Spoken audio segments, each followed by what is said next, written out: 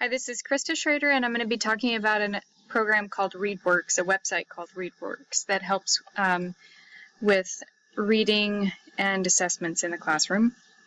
This supports the standards here, 1C, that 1B, where we ensure that all students have access to technology so we can provide this in the classroom, even if they don't have it at home, if it's not available at home, and it helps to engage them in different learning opportunities than they would otherwise have. So if you look at reading specifically, they can learn through digital tools rather than having a paper book to read. And again,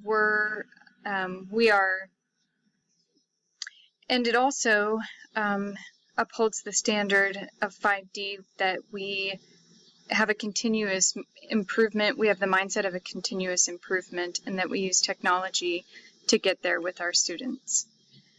So in my school, what I'm familiar with, but I've heard, I have not actually engaged in it at all. My children have used it.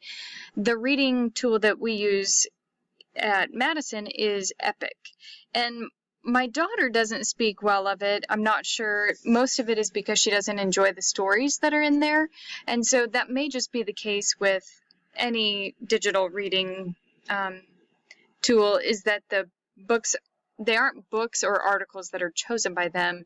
They're presented. They have a list of options, and so that's probably part of why students struggle a little bit with these digital tools. But this one seemed fairly user-friendly. Again, I couldn't do everything in here because you have to actually be a teacher to have access to everything, but I was able to get to enough stuff that I could explore it and see that it meets a lot of the things that we would need to use as teachers in the classroom. You can look under finding content. It'll give you either these topics that you can look into, or you can type here what you're looking for, like poetry or something specific in the sciences.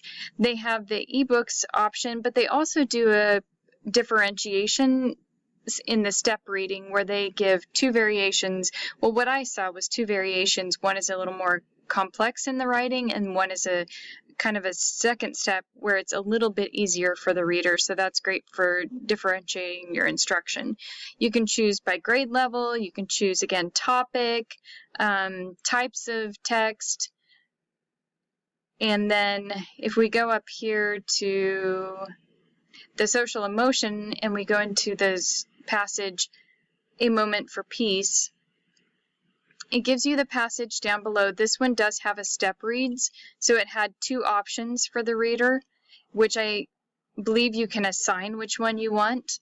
And then you can also connect vocabulary activities. So it rates what they knew of these words before reading the passage, and then it gives them a little word activity. So like here, you listen to the word monument, and then it has the student connect using the syllables, make that word, which I thought was awesome, that it breaks it down into the syllables and then tells them whether they're correct or not. So then once you find, and then it also, it gives you a comprehensive question, almost like a quiz, so they can go through and take this, and then their answers and their scores are reported to the teacher.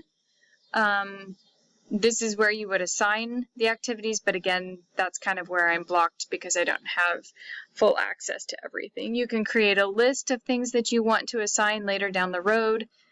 You can track student progress here. And so it's a tool that's great for presenting information and also tracking and assessing the students where they're at. Thank you.